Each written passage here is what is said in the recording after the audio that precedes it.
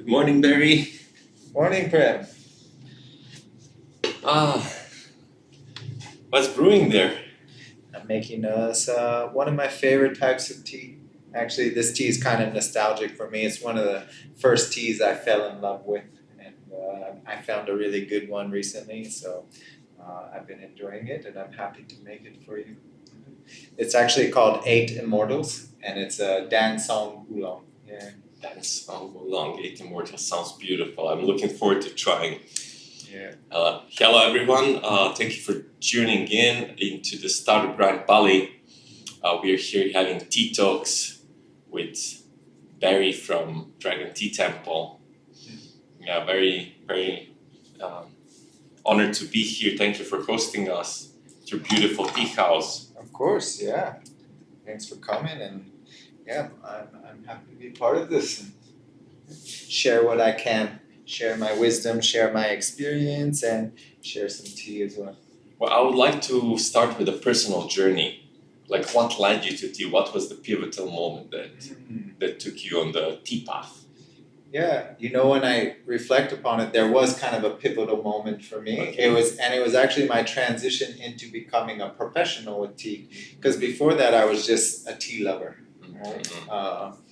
Right? And people always ask me my journey, my person, because I am a tea professional. So people always ask me, how did you get into tea? What was your journey of tea? So it's a story I've told many times. And I always say that I've been a tea lover since I was a child. I actually loved the taste of tea and would order tea when I was a child.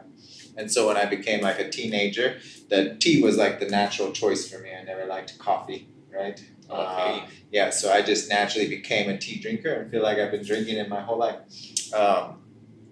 And then when I was about 20 years old, something in around the year 2000, I actually worked in a natural food store. And I drank tea every day. And they said, oh, we know Barry's here because there's tea on the table. It was like, if I was there, then tea was also, ubiquitous, right? And so it was natural that the owner wanted to build a bulk tea section. He said, hey, you want to be the buyer? And I was like, and build the section. I'm like, of course, yeah, I love it. I love it. I love tea. So we built this whole bulk tea section, and then and it was pivotal for me because it was actually the first time that I got to experience real Chinese tea. Was a different. I always drank tea before, and I drank but lower grade teas and teas that we're used to in America. And then when I contacted the only importer of real Chinese tea at that time. He sent these teas, and I remember the first time I opened those bags when they came, and I was blown away, and I loved it, and I was sharing it with everybody, but no one shared my level of enthusiasm. And then everybody would come in and ask about the tea, and they'd say, let's get Barry, he's our tea guy. So I started answering everybody's tea questions. So I guess the transition for me to becoming a professional and in the tea world was just natural because I already loved tea because of who I was, because tea was such a part of my life, and then it just naturally became what I did. Yeah. It's an amazing story. Thank you for sharing. So it came natural to you because you were working in this natural store, and it kind of people saw your passion, which I believe is really important in entrepreneurship, to have the passion to overcome the challenges. And what were those challenges for you when you were starting your first tea business? So how did like you overcome them? a personal, when I started my own tea business specifically, yeah. Let me pour this tea. Yeah, sure. And then I will speak a little bit more to it. Whenever I try to talk and make tea, that's when I always mess up. That's a good lesson. There you go. We're learning always. Yeah, it's good to focus. It's good to have lots of things going on, but whatever you're doing, just allow yourself to focus on the one thing what you're doing. It's like I had a Zen teacher, famous Thich Nhat Hanh, and everywhere we come to the temple, we come home and said, "You have arrived." Allow yourself to be there. And then I had a boss, and he was just like your typical 50-year-old American white man, and in his own way, in his own wisdom, he used to say, "Hey, when you're at work, be at work, and when you're at home, be at home." Yeah.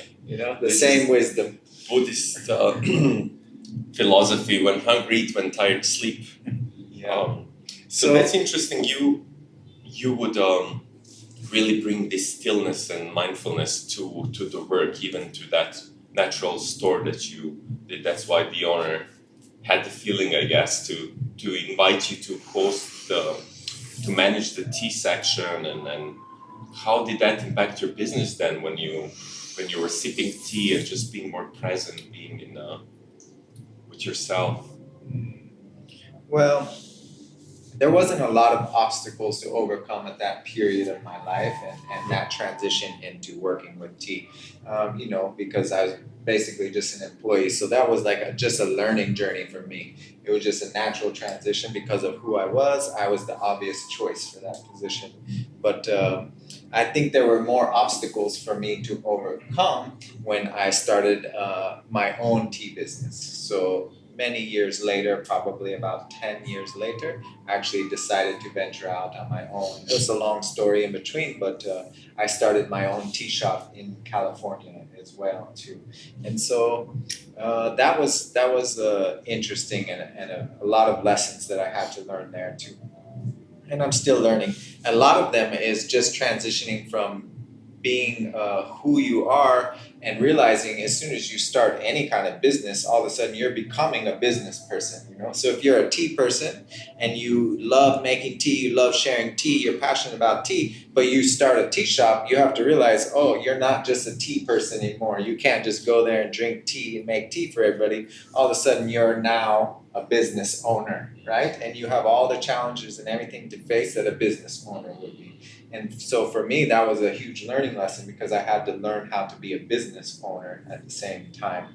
Uh, and so it was just step by step learning the legalities, you know, of that, and facing one thing at a time. And then also in the inside, it was facing a little bit of the conflict of like, okay, is this who I actually want to be? Do I really want to be a business owner, or do I want to be more of a tea person and stuff? So a lot of it was finding the strength and inside of myself and allowing myself to become more of a business person, knowing that it will support me to be a tea person as well. You know, there's lots of competition in everything in the world, so you might as well choose something that you love doing, even when it starts to feel like work.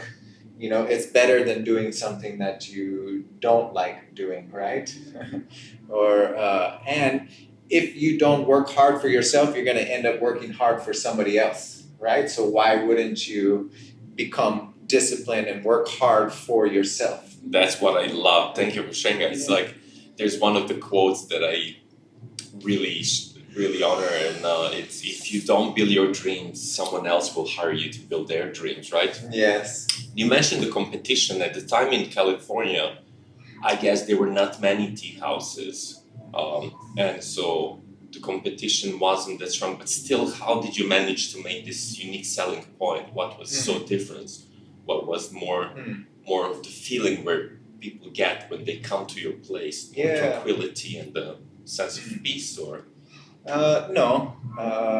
So what I started in California was an actual tea shop. So it was an actual retail store. It wasn't really a tea ceremony, although, you know, some of that peace, that tranquility, that wisdom is always transmitted when you sit someone down for tea. You know, I would do tea tastings all the time. So, and it was, the shop was very aesthetically beautiful as well too. So, but I think what made me unique is just my level of passion for tea, for what I was doing, and my level of knowledge and expertise. So I always say, if people are telling you things and you hear the same things over and over again, they must be true.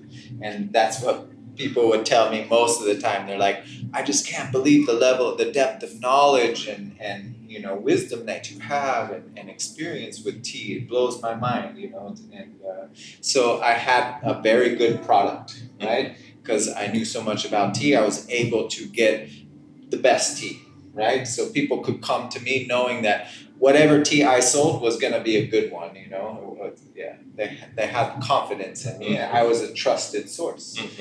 They could believe what I said because I was honest businessman as well. They could believe the things I was telling them about tea. I wasn't trying to take advantage of them. And so I think it was this level of quality and integrity. And as you mentioned, wasn't a lot of competition back then, which is good. But the reason there wasn't a lot of competition because there wasn't a lot of customer base either, right?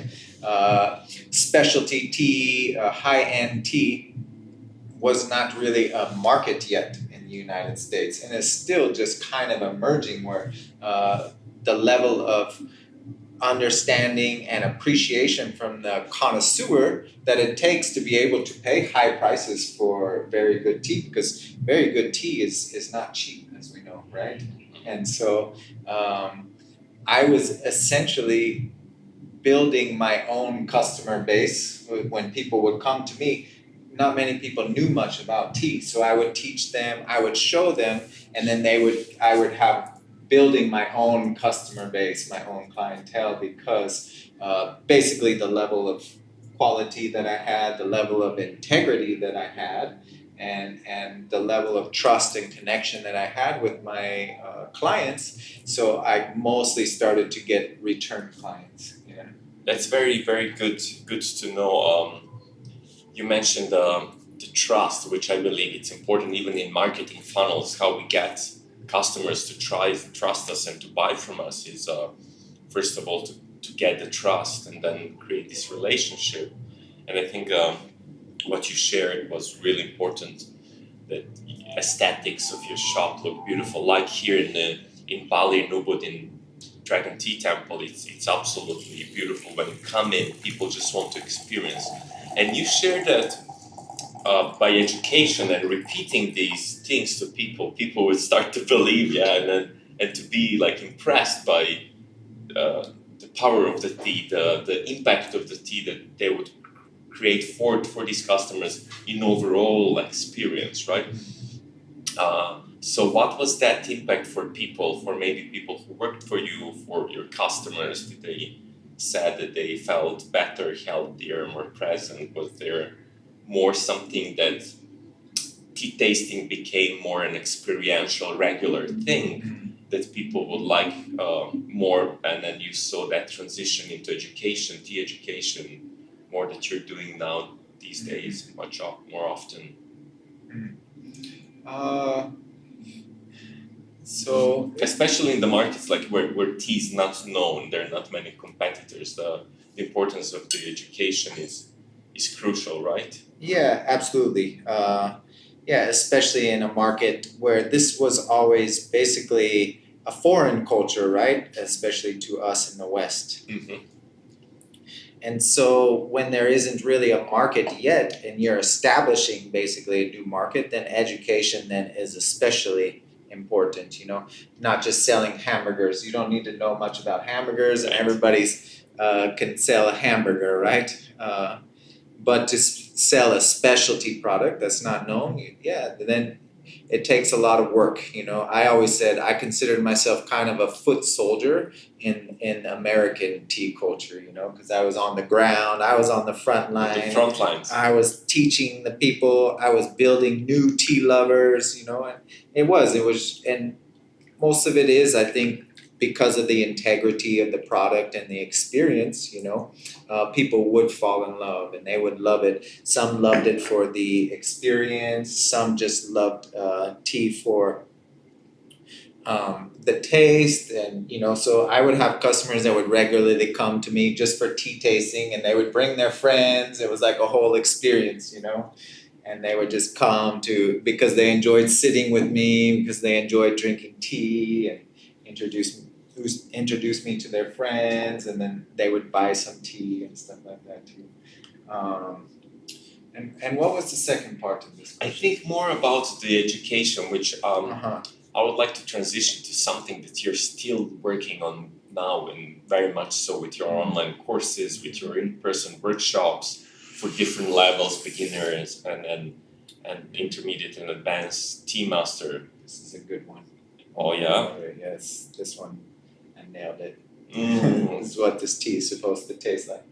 So That's a good education, actually. Knowing how long you should brew specific tea, so you don't get bitter. I understand that a lot of people, even when I started brewing tea, I didn't know how long I should keep it in, and it gave me this bitter taste. So my first experience with tea was like, this is bitter. It's a cure. It's a medicine. But this is completely different experience I'm having with this. Yeah, there's a lot to know when it comes to tea, and there's a lot of skill, and that's a whole nother conversation and education in itself. And I think that's a good segue into what you were talking about before, about what I do now as primarily more of a tea educator and facilitator rather than, a retailer, even though we do have some teas and stuff for sale. So I guess my transition then to being an educator in tea is just, again, like my transition into being a tea professional. You do something so long, you gain so much knowledge and experience, eventually you can begin teaching it. And I almost feel like my evolution and transition into a tea educator was just a natural part of that evolution. So that was in the year 2000 that I first started working with tea, and now here we are, almost 2025. It's 25 years later, and I'm still working in tea, still love tea too, love sharing tea, but the level of expertise, knowledge that I have about tea was gained over this 25 years. And so when I think you sit with me, everybody can, many people love tea, they want to serve tea, they're inspired by tea, but to become a real expert in your field is seen and felt by everyone, right? And so when people sit with me, when they ask me tea questions, when they see me make tea for them, the experience and the skill and the knowledge, the expertise is all seen and felt, right? So I don't have to convince anybody that I'm a tea expert. I don't have to advertise this, People just sit with me and they know, and people come to my classes and workshops because they see it, hear it, feel it, and usually the way that it works, someone will come to my tea ceremony and they experience just me making tea and they're like, I want to learn more. You did it so amazing. Can you teach me? Of course I can. I have classes. And then they might come to a workshop. They come to my workshop. They see how I teach. They're like, wow, you know so much. I want to learn from you.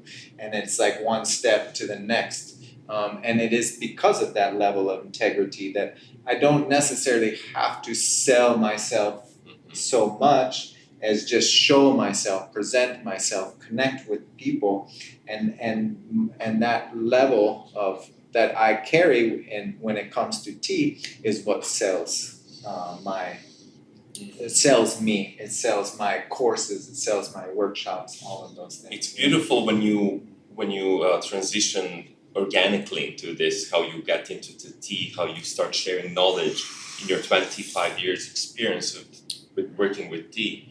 And I recently stumbled upon your online course on Udemy, right? That I believe it's a great segue for people who are not into tea to understand the tea a bit more in a micro-learning course of how we can get into the tea and then transition into other levels of the teachings that you have here in Dragon Tea Temple, right? So I see, is there many people coming with their curiosity and they want to become tea masters, they want to run their own tea houses or serve tea professionally? I've heard that there was a lot of students that you have over the years here in Bali especially that now are professional tea masters, they have their own tea houses. Yeah, of course.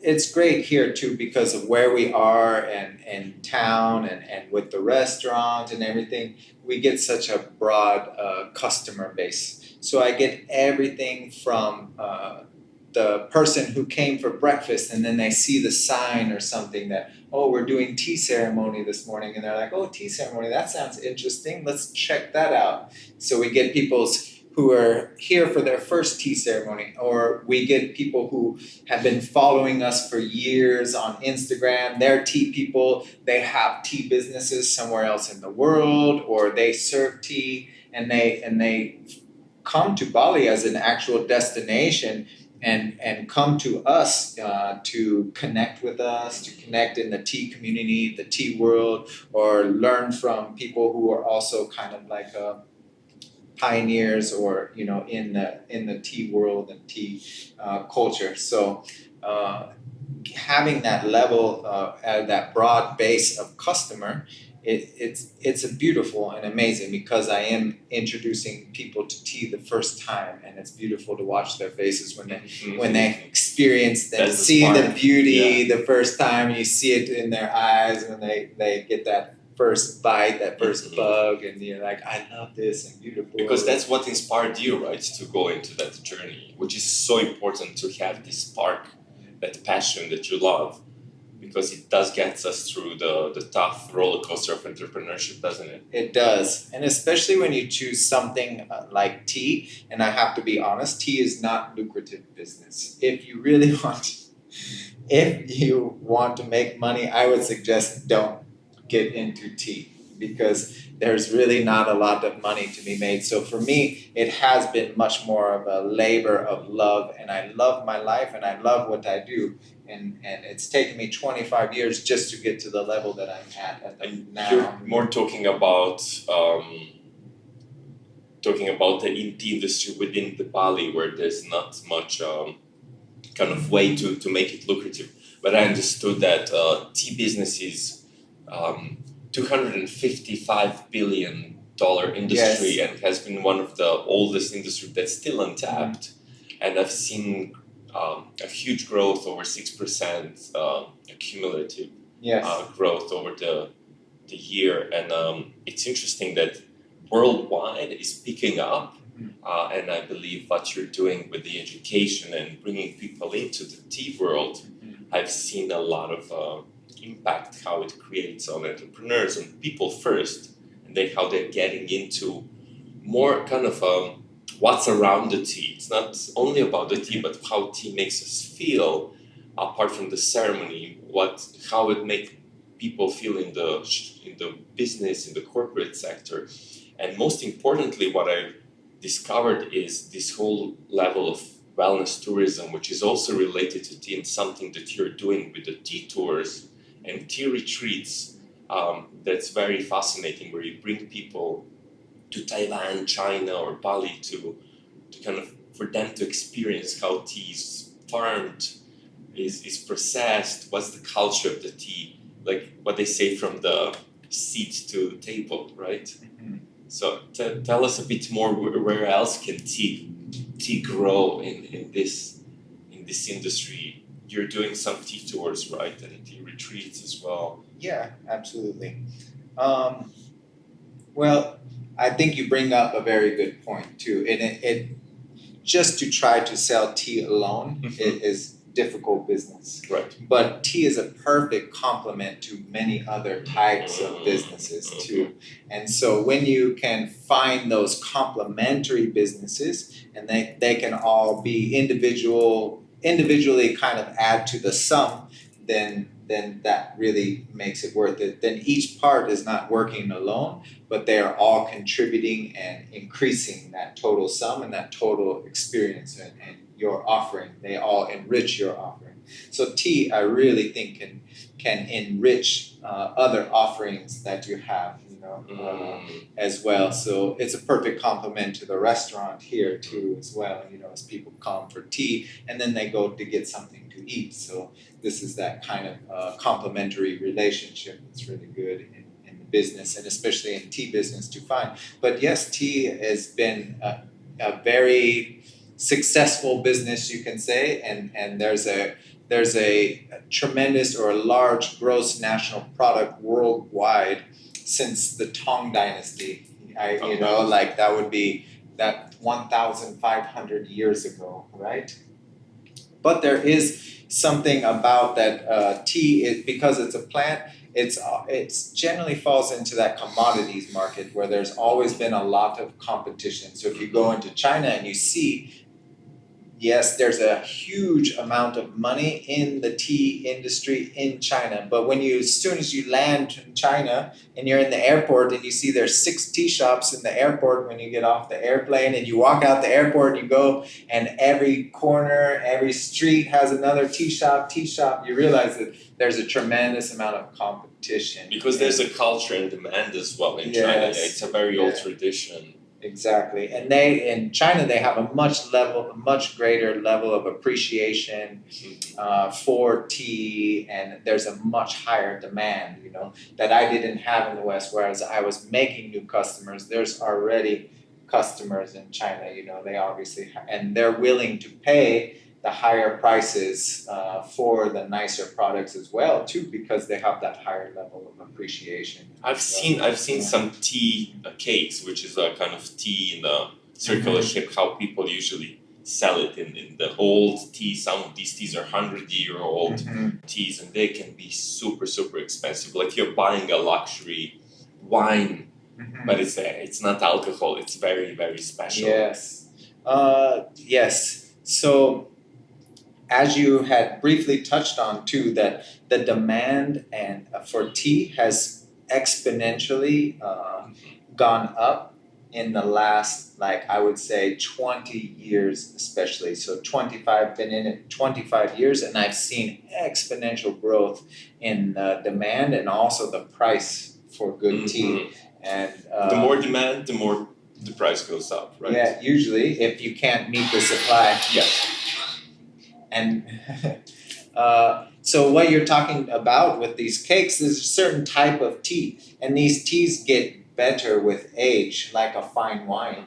And so the older that they get, the more demand they will have, but also the lower supply and the more rarity, right? Which causes the price to steadily increase. So then you have a product that is occurring value over time, right? And so many people have made money in the tea industry this way, and I actually was one of them. That's a whole other story. I came into tea at a time where the cost of tea was still minimal, and I bought a lot of tea not knowing what would happen. So I was just in that position, the right place at the right time, so to speak. But I even remember when I started buying tea, this was around the year 2000, and I remember even an article coming out in the New York Times, and it said, the caption said, "China's new investment fad." This was about 2004, and it had a picture of the tea cake that you were talking about. Wow. Yes, and so what happened was, demand went up all around the world, and so the price was steadily going up, and they were seeing people were making a lot of money who had a lot of tea, who had already invested, and they were buying tea, and then the next year the tea would be already worth 2 times as much as they paid for it, right? And so it became a trend in China to buy a lot of these tea cakes. But what ended up happening then is you got a lot of people seeing tea as an investment who didn't know about tea. They were not tea people. So it's more drawn to money and they were seeing it as an investment opportunity. So it's like, you hear that you can buy wine and your wine will be worth more next year than you paid for it this year. But you don't know anything about wine, and you don't know how to judge what is good wine. And so you just go buying any wine that you can, right? And then hoping it will go up. So what happened is they started mass producing lots of cheap tea. A lot of people started to buy this cheap and poor quality tea. And then, of course, like any exponential growth in any market sector, there's always a cap, or there's a bubble, and eventually the bubble pops. So the bubble popped in the tea world too, and a lot of people who didn't know what they were doing, and they bought the lower quality teas, they ended up losing a lot of money because they were buying poor quality tea at a time when demand was very high, and then it fell out from under them, and then they were sitting on a lot of bad tea that nobody wanted to buy after that. So, yeah, just something interesting story. I was fortunate enough that I actually had enough experience that when I went to China, and tea was still affordable, I was actually able to purchase very good tea. And so the tea that I actually ended up purchasing, I purchased a cake for $300, and 10 years later it's worth $3,000. But I also knew what I was doing, and that time, that opportunity presented itself at a certain time, right? And it doesn't mean I could do the same thing again and just go back, because that was just a unique time in the tea industry and tea world. I see. So I understand there like these tea cakes are very kind of luxurious, like very high quality, and also you have a tea sets that are very. And I know here in the Dragon Tea Temple in Ubud, Bali, you have some of the best tea sets in Indonesia, and I've been around and trying to buy my own sets and different things.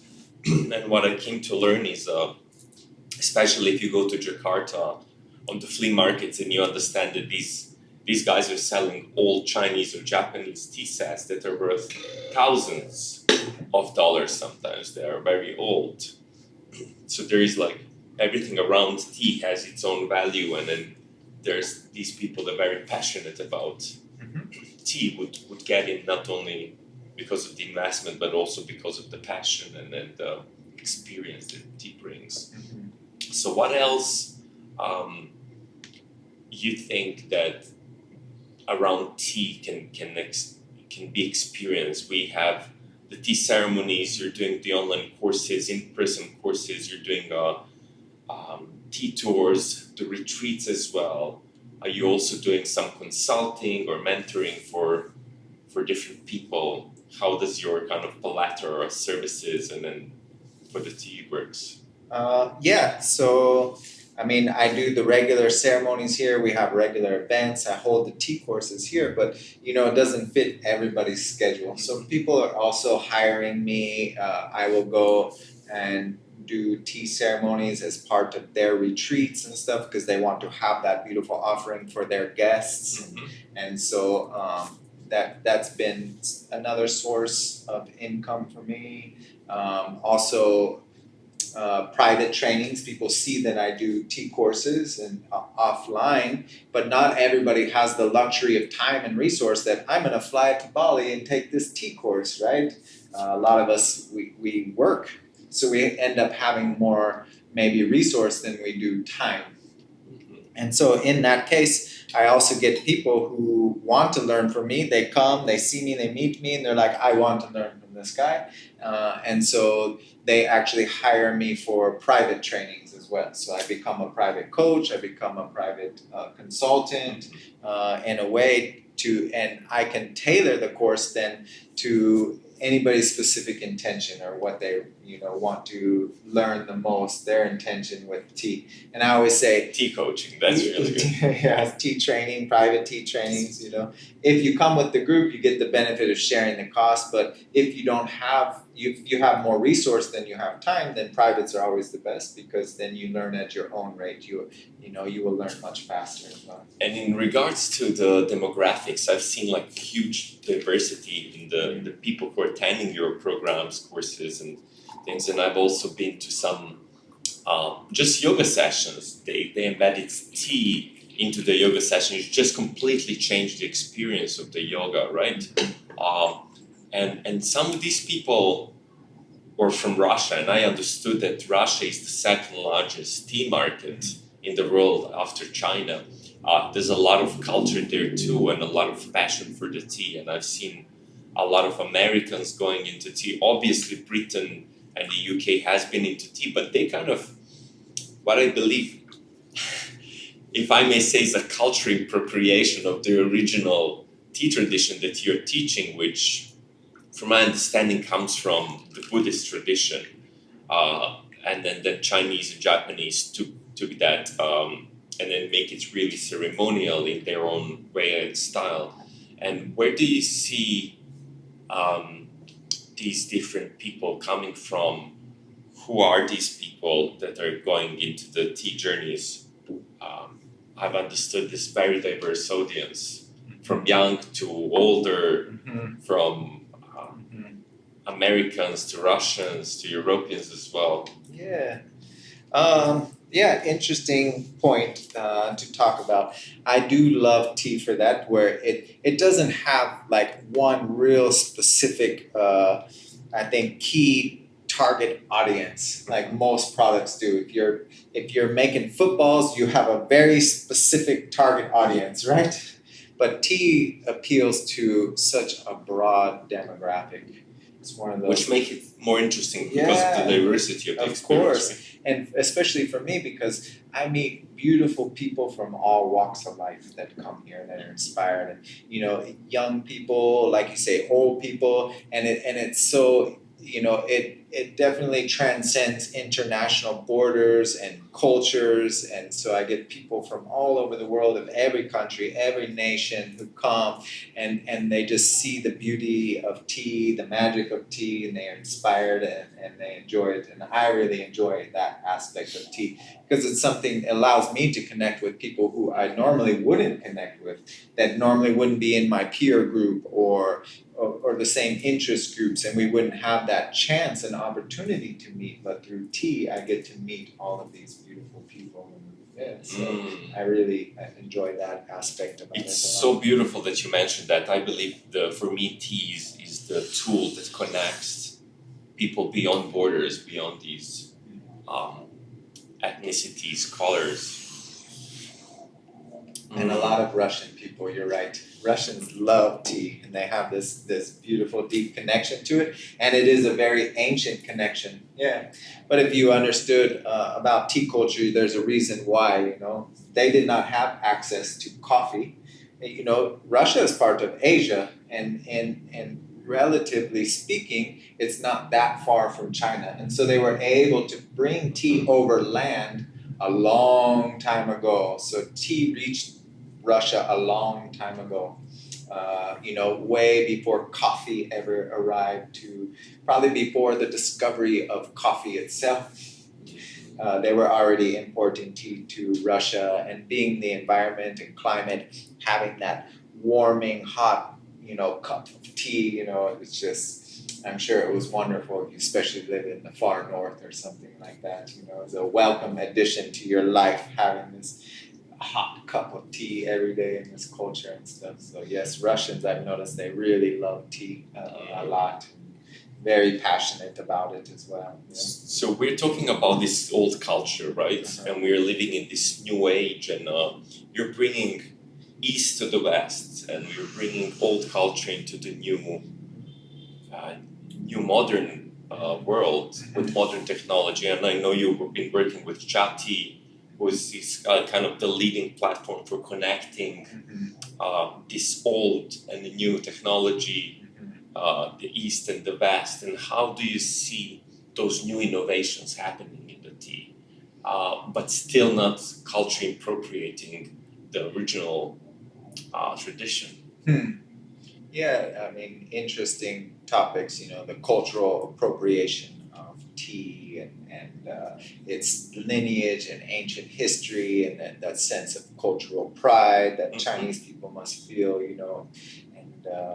and what are new strategies and innovations for promoting tea around the world.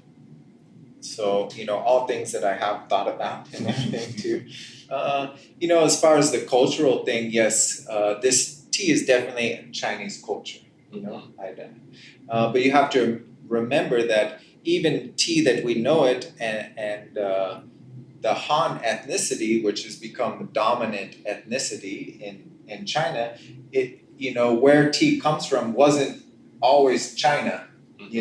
Tea has been there for millions of years, before humans ever arrived, right? And then the first humans to arrive and connect with tea were not considered Chinese. Eventually, the areas became assimilated into Chinese political rule, but that doesn't mean they were originally Chinese and the original people and cultures who invented tea. But then it definitely became a Chinese identity and cultural form. Identity. Yeah, identity. That's so many tea puns, they never end.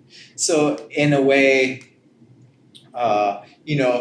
definitely a sense of pride for Chinese people, but it is a culture nonetheless. And culture is actually just a behavior that we transmit, and we're all human beings. So we all have the faculties to learn the behaviors and skills and from other people and other generations, right? So I'm just as capable to learn tea as any Chinese person, right? And it has more to do with personal interest and passion. For I meet so many people and they're like that are Chinese people and they say, "Wow, you know so much more about tea than I do, and I'm Chinese." I'm like, yeah, but it has more to do with personal interest, since we all maintain the same faculties as people and ability to learn from each other, right? But it is I always say, honor those traditions, I always say, learn the rules before you break them, because So important. yes, but there's a certain level of respect in that too, you're respecting that cultural heritage, right? And you're honoring all of those generations of people who learn and innovated before you. So you're honoring that in a way by first learning the rules, learning the culture, right? Learning the tradition, so to speak. So you can break the rules. Yeah. Right. But also you would be a fool to reject that as well too, because then you would just be saying no to all of that experience, knowledge that people have learned before you, right? To just go and carelessly make tea however you want. So honor the tradition, honor where it comes from, which I love to do. And I teach when I teach it as a Chinese culture. I learn to speak the language. I learn to translate everything from the original Chinese and learn its original meanings and trace its heritage all the way back to its beginning. And I teach it that way so as to honor that tradition, to honor that culture, but and present it in the most authentic way that I can. And for me, to present tea in the most authentic way is to be inspired by tea, to be inspired by the art form, the beauty, the magic, to appreciate the level of skill and craftsmanship that went to it, to give credit where it's due and present it with that level of love and appreciation to everyone. Then I feel like I am doing tea justice, and I'm doing this culture justice, because I am showing it in a way that is honoring that lineage.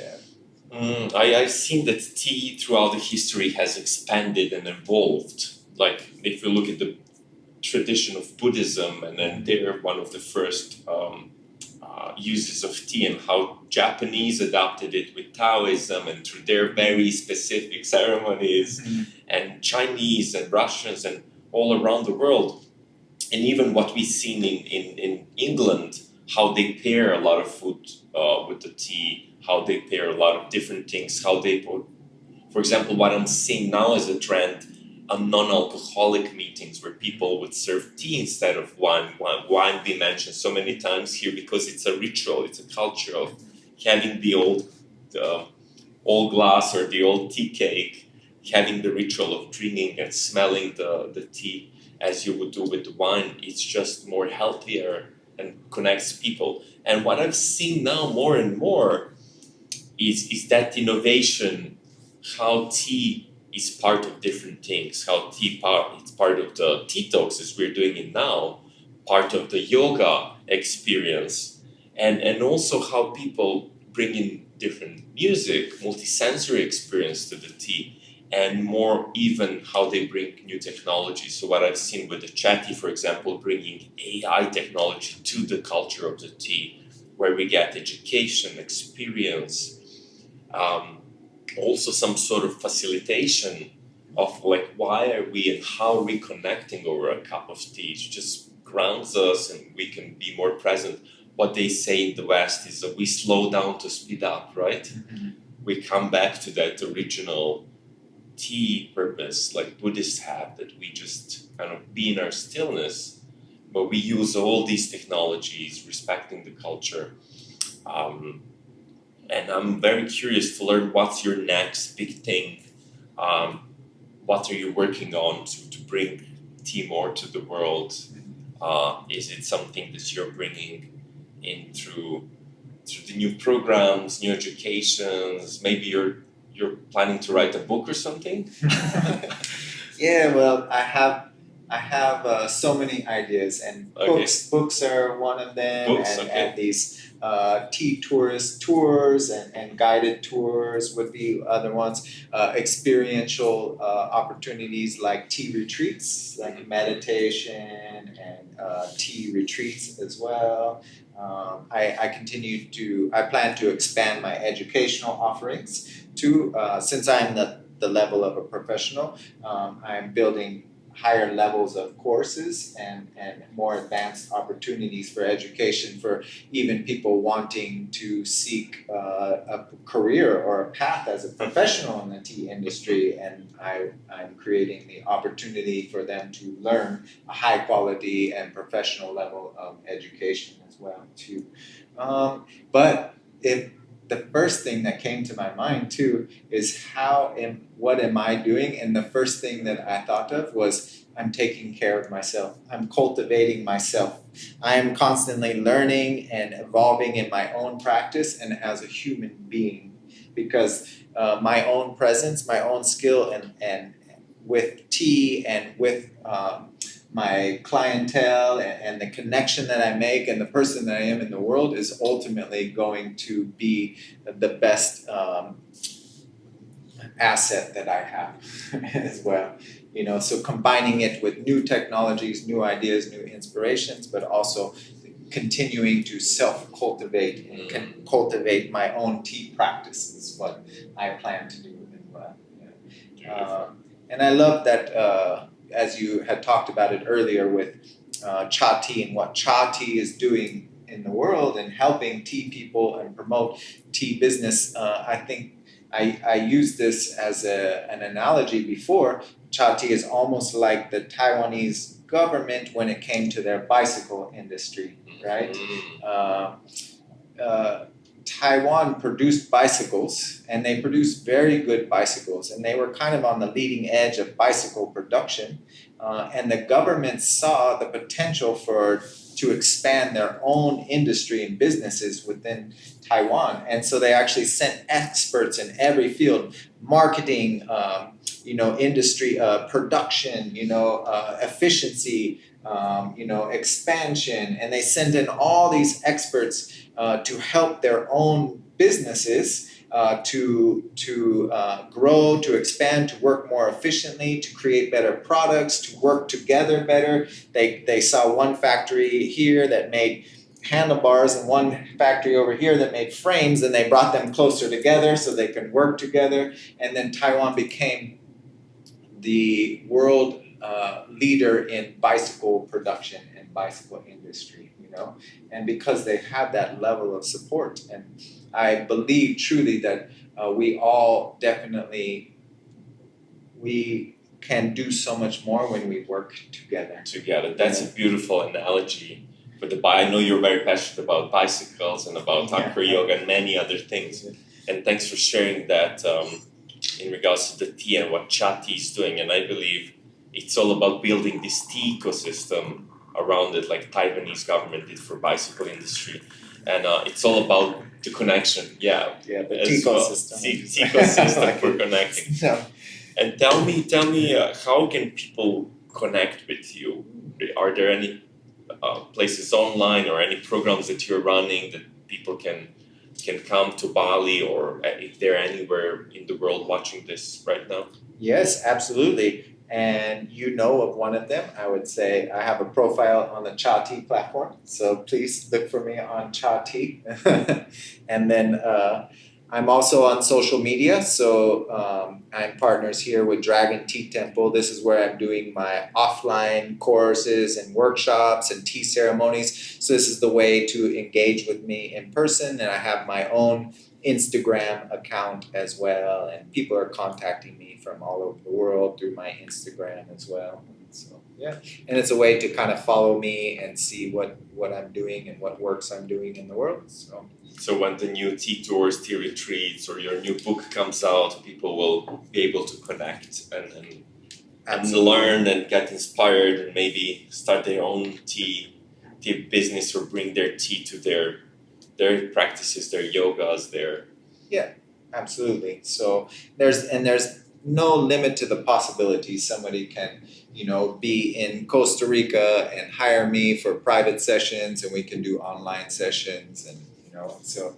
anything is possible. Let's say, especially in this modern world and technology, But there's also something that I believe wholeheartedly, that tea and tea culture is best transmitted, offline, in person. Yeah. So, and it's something I've struggled with a little bit about putting everything online too, and it's just my own mental adversity too, because, but there's something in receiving that, drinking that same hot bowl of tea together in that moment, that connection between host and guest, that communion that happens, and really the magic of tea is in sharing the tea, as well. And the courses become much more than just an opportunity to learn. Online, I can give you all the information, but when we connect as a community, as a group, we all stay like tea family and tea community, and we're all messaging each other and sharing our tea ventures, afterwards and stuff. So there's just something about tea and the beauty and magic of tea that can't be transmitted online too. So, and we can do it that way. But I always say, come sit for a bowl of tea, and you will see. Well, thank you so much for sharing your magic of tea with our Savor brand community around the world.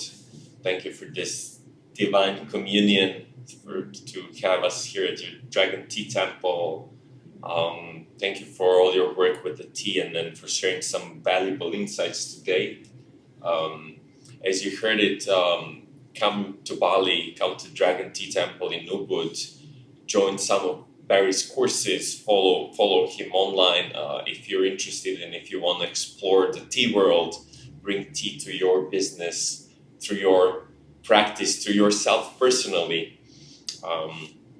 Anything you want to share, any piece of advice or anything you want to share for the end for tea? Nothing jumps to mind except, how are you enjoying this tea? I love this tea. It's very special. It is very special. Long?